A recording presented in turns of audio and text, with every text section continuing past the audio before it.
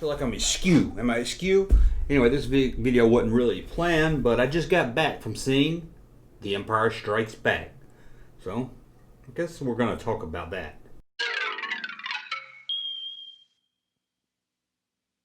Welcome back to the Junk Room, everybody. It's me, the Junkman, coming back at Hody Ho You. Again, this wasn't really a planned video. I don't really have any insights to say or anything. I just got back from seeing a movie, my first movie in 2020. I don't think that I can remember. I don't think I've been to the movies at all this year. I did see the new Jay and Silent Bob movie, but it wasn't at a real theater. It was Kevin Smith was hosting it, so I don't really count that. This is the first one in a theater. And what a movie to go back to. The Empire Strikes Back. And if you haven't seen the re-release, so this is not a re-release, you know, they're just flashback cinema. They're throwing all these old movies because they have nothing else to show. First, if you haven't seen it, it looks amazing, but it is just a digital copy, I guess. The same thing you would see on Disney Plus or your Blu-ray. And it looks amazing, but I think it's a little too amazing, too clear. It looks really good, but I kind of miss that film look. You know what I'm talking about, that grainy film look? It really works for New Hope, where it seems like it gives that used environment. For Empire, I mean, it wasn't distracting and everything. I saw it looked great, but it made some of the special effects that looked really good in 1980. Stuff that wasn't touched up in the special edition. You notice a little bit more than you used to, such as the tauntauns and stuff. But overall, it looked amazing. Now, sitting there watching this movie in the theater, it took me really back because, one, I went with my brother, who I went to see in 1980 with. So me and him both went to see it again. So that was pretty cool. And then I started nitpicking in my head while I was watching it, mostly because, you know, I didn't have to really pay attention to the story. I've seen it 1,000 times, so I thought it'd be fun to kind of nitpick some of it. I might do a whole video where I nitpick the whole movie. And again, this is just me just being silly questions that never hit me until now, like the tauntauns. They talk about in this movie how the tauntauns can't handle the cold. They can't go look for Luke. Han can't go look for Luke because they're worried his tauntaun's going to die. So it made me think, did they bring these tauntauns to Hoth? Because I always thought they were just some animal that lived on Hoth and the rebels threw a saddle on it. But they're not really used to the cold. If they're Hoth, you think they would be able to stand out there in the cold all the time. And I just can't imagine the rebels all getting together and putting these tauntauns on a spaceship and flying around with them. You know what I'm saying? So that's probably some kind of canon or EU book or something that explains all that. Same thing with the snow speeders. I always call them a snow speeder, but they say that they're having trouble adapting them to the cold, adapting the snow speeders to the adapting the snow speeders to the cold. Well, it's a snow speeder. Shouldn't it be already adapted to the cold? I don't know why they have to adapt it to the cold. I guess it's like in the wintertime when it's really cold outside and you've got a car with a weak battery. But if they're snow speeders, you think they'd be used to the cold. Unless maybe Hoth is like extra cold or something. I'm not really sure. But I thought, that's two little things I thought I could nitpick. Another thing about the AT-ATs. Does that seem like it was the best plan from the Empire? I mean, they had TIE fighters. They had TIE bombers. But instead, somehow, you know how they got them down there, they got these big dinosaur-like walkers to slowly walk up on the rebel base. Instead of just showing up with their TIE-TIEs and bombing the hell out of the place. And I thought, well, maybe it's because that generator they were going for, maybe it needed, you know, AT-AT power, that they just didn't have the power in a TIE fighter to blow it up, but that seems stretching right there. So I don't know if the AT-AT was the best plan. I mean, you could see that thing coming from miles away and walk pretty slow. But again, it's just me nitpicking about The Empire Strikes Back. Overall, everybody knows it's the best Star Wars movie by far. Now, I was talking to a guy on Twitter the other day. He was like, Disney don't make movies like the original Star Wars. Do you really think going into the new Disney era that they would make anything on par with the original Star Wars? You're never going to see a movie like the original Star Wars again. You might see movies that you like better, but you're not going to have a movie that impacts you like the originals. I mean, A New Hope, you got to think, when most people, most of the fans that saw A New Hope, it was something totally different. You saw special effects you never seen before. You was taken to another world unlike anything you've been taken before. It blew your mind as a kid. You had the toys. You had all this love for Star Wars that now you're in your 40s or whatever, you're going to go see a new Disney Star Wars movie.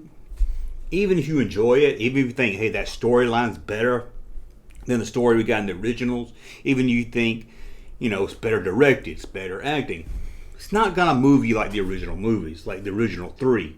And if you grew up on the prequels, that's probably about the same there. And there's probably some kids that growing up in this Disney era that probably feel the same way. But even with if you grew up on the prequels, it's not the same as growing up on the originals. Again, because with A New Hope and then Empire, and these were things we never seen before. Now you get a blockbuster movie, or you did before Cornelius virus, you get a blockbuster movie about every 3 months. So that, you would go see Star Wars, be blown away by it. All your friends would go see it. You would go see it 7 or 8 times. You would see it throughout the year, maybe a little bit more than a year. You wouldn't get it on VHS. You wouldn't get a home release until way after, years later. So it just made it special. Now you go see a movie, and again, it might be better written, it might be better directed and acting and everything, but you come out of it, 3 weeks later, there's another big blockbuster movie that everybody's got to go see where the special effects are not really special anymore. You don't wonder, how did they do that? You just think, oh, they did it on a computer. I can remember Star Wars having things on TV about how they made it, and that was always cool. Now what are they going to show? How do they make the new Marvel movie? Shows a guy sitting at his computer. So no way that new movies are going to compete to that. And you can't go in thinking, oh, Disney dropped the bomb. Now, don't get me wrong. I'm not happy with Disney's movies. I'm not a Phantom Menace guy, but I'm not completely happy with them movies either. But I didn't go into them expecting them to be as good as the original, affect me the way the original movies did. But let's get back to The Empire Strikes Back, because that's what you're all here for, because I just saw it. This was the first time in a long time, I'll admit, the first time in a long time that I really sat down and enjoyed The Empire Strikes Back. Don't get me wrong, it's my favorite Star Wars movie by far. But, I've seen it at home since the special edition release, where I could pause it and maybe, leave the house and come back and watch it here and there, put it on in the background, have it on, be on my phone here. But this is the first time in a while that I actually sat down, especially in a theater, and watched The Empire Strikes Back, that I paid attention to it. Although in my head I was nitpicking some scenes that I usually don't, and I was trying to look at stuff I haven't seen before, like instead of focusing on the main character speaking, I was looking in the background and stuff. So I like doing that. I've seen the movie so much. And my mind wanders. I'm still trying to figure out the failure at the cave. Help me out. What did Luke fail? I know he failed taking his weapons into the cave, but Yoda says that he failed his test at the cave. I still don't understand what he failed. He got Vader and he fought him, maybe because he used his lightsaber on him. I'm not really sure. But the film looked amazing. And of course, this was the special edition, or the Blu-ray special edition, the current edition of it. But this is probably the movie that had less tinkering from George Lucas. Of course, probably the biggest change in this is the Emperor talking to Vader, which I like because it flows with the movie better, because you get Ian McDiarmid as the Emperor. It fits into the movie, just makes it better, I think, especially when you watch it as a whole story.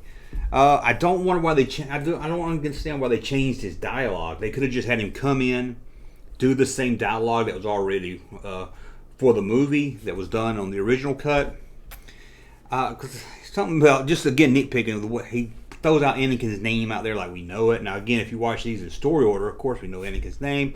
But I kind of like that reveal in Return of the Jedi where we learn Anakin's name for the first time. Again, just nitpicking. I just wish they would have left that dialogue between the Emperor and Vader the same and just replaced it with the actor, because it just makes more sense having him there. But like I said, this movie had the less tinkering than any other movies. Of course, you have some stuff cleaned up during the Hoth battle, which you really don't notice when you're watching the Hoth battle. When you're watching the Hoth battle, it doesn't really take you out. It's like, this is new. And I thought maybe on the big screen I would notice some of it more, but it doesn't really take you out. I mean, there's a new Wampa scene, which I'm amazed that they were able to fix that new Wampa stuff and make it look like it was filmed back then. It blends together really well, and it gives a little bit more thrill to that Wampa cave scene, getting to see him eat and everything. The only other major difference, I guess, is Bespin. They touched up a lot of the background. Now I noticed there was actually one shot when I think it's I think it's Lando, Chewie, and Leia, and coming around a bend. Maybe Han's with them. Maybe I think Han was already frozen this time. He comes around the bend, and the background's been all changed and everything called a special edition, and it looks like they're cut out and placed over the scene. Now it's not real noticeable, but if you look at the legs and stuff, you can kind of see it. I never noticed that on the DVD or Blu-ray or the Disney release of it, the Disney Plus that is. So I think it was just on the big screen you notice it more. Probably you know what I'm saying. So that was, and there was some other scenes during that basement scene where it looks like they kind of cut around these actors to add in the new stuff. But overall, it was okay. One thing I didn't like about the special edition is there's one line that I always loved when R2 gets spit up by that monster in the swamp. And Luke says something, I haven't seen the original in so long, he says something like, it's a good thing you didn't taste so good, or some little joke like that. If you know the special edition, that line's taken out and he says something else that's not as funny. It's just, he's like, oh, thank God he didn't hurt you, or something. I can't remember the line off the top of my head, but always bugged me. And probably the one thing that's just small that throws me off on the special edition is bring me my shuttle. But now it's inform my Star Destroyer that I'll be coming soon or something like that. Just takes out a little bit of the fun of it. Again, I really enjoyed this movie. No surprise there. I feel like I'm doing a review of Empire Strikes Back. We've all seen it. I mean, people go to the movies. I'm going to add that because Empire Strikes Back. Me, my brother, his daughter, that's all that was in the theater. And in the parking lot, there was probably about 4 or 5 cars. Come on, people. Go to the movies. But then again, there's not really new movies out there to go see. So, it's kind of rock between a hard place where there's no new movies coming out, except for Tenet maybe, and a few other ones here and there. So people don't go because there's nothing to go see, except some old movies. I mean, most people's not going to pay movie price or go to the theater to watch Beetlejuice, even if it's good. Lost Boys were playing, and it hit me. I never saw Lost Boys. I never seen it. I never seen the Lost Boys. I know. Criticize me all you want, but I never seen that movie. I need to see that. It's playing at the theater. Maybe that's a good time to go see it, right? Again, I don't know why. I didn't really plan for this video. I was going to go see it and probably just talk about on Twitter my experience. But I just want to talk about Empire Strikes Back because that's a good movie.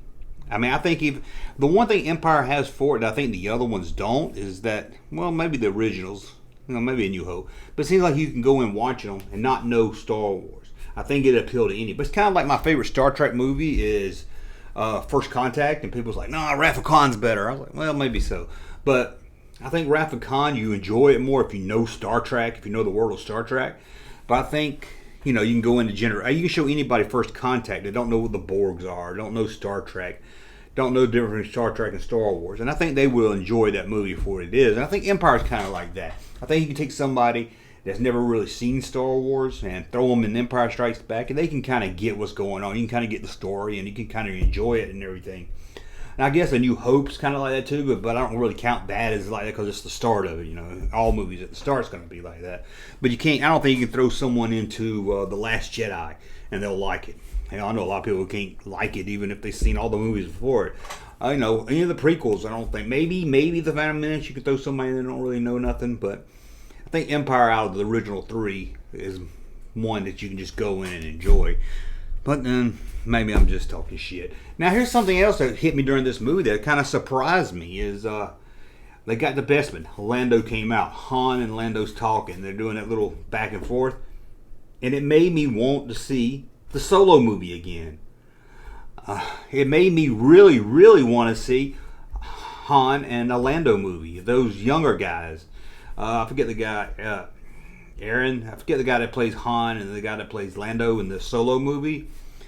I'd like to see some more adventures of them. Maybe something that's really far away from the Empire storyline. Nothing to do with the Empire or nothing. And see them on maybe some kind of con job. I think that would have been great. But sadly, I don't think we're going to get more Solo movies. But I was surprised that seeing that banner between Han and Lando, it made me want to see. Han talks about, he gets there and he says, he's a little worried if Lando's going to be good to him or he can trust Lando. And he's telling Chewbacca to, keep his eye on things. And he's like, surely he's forgotten about that. I don't know what it is they forgot about. Now, you could argue that they haven't seen each other since the Solo movie, but I always thought that was the beginning of their friendship, and they had some adventures in between Solo and Empire. I don't know what the canon says. Maybe the canon says they didn't. Maybe the canon says they did. I don't know, but to me, I'm sure they had some adventures here and there. Hell, who knows? Maybe they all had an apartment together on Coruscant. Never really know. But I was just surprised at myself that seeing that scene made me want to see more of the young Lando and Han storyline. And I wanted to go and watch Solo. I hadn't seen Solo in so long. So that was interesting. Empire Strikes Back. I don't know what else I can say to it that hadn't been said a million times. I mean, again, we're talking about The Empire Strikes Back. Almost everything that's been said has been said about it. If you get a chance in your town, if they're showing, check it out, because I didn't see any advertisement for this really, and I almost missed it last week, and I found out another theater about 30 miles away was showing it, so I went to see it there. So check your local theater, because I didn't even know my local theater was open, and then I was like, oh, they're playing Empire, and I missed it last week, and I thought, oh, there goes my chance. Being lazy, I missed it. So a lot of theaters are showing some older movies now. I know this one was showing, like I said, last week they had Jaws, this week they had Lost Boys, Beetlejuice, Halloween's coming out in a couple weeks, and there was a lot of other stuff. I think that's about all I got to say about The Empire Strikes Back. Like I said, I don't know. I just kind of wanted to talk about Empire because I really sat there and enjoyed watching this movie again, and I've seen it, 1,000 times, 130. I've probably seen it almost 1,000 times. I've seen it since 1980. And so I thought going to it, I was almost like, I don't know if I want to, I got stuff to do. Really didn't have nothing to do. I was just being lazy. But then I got in there, seeing that Star Wars, boom, Star Wars. Took me back to being 8 years old again. 8 years old. I wasn't 8. I was 19. I was almost, I was 8. Hey, Floridian Swift. So it took me back, sitting in the theater with my brother, seeing Star Wars. Coming out in the scroll up of Empire Strikes Back. I really enjoyed seeing it. And, man, I really wish they would have released The New Hope and Jedi.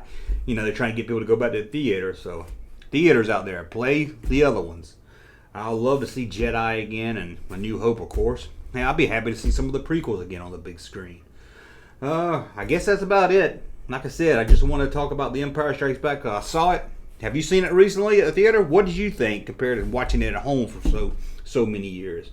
Anyway, as always, please subscribe to the channel. Thumb up so you like my content. And believe it or not, we'll talk again soon. Junkman. Thank you, sir, for that unsolicited testimony.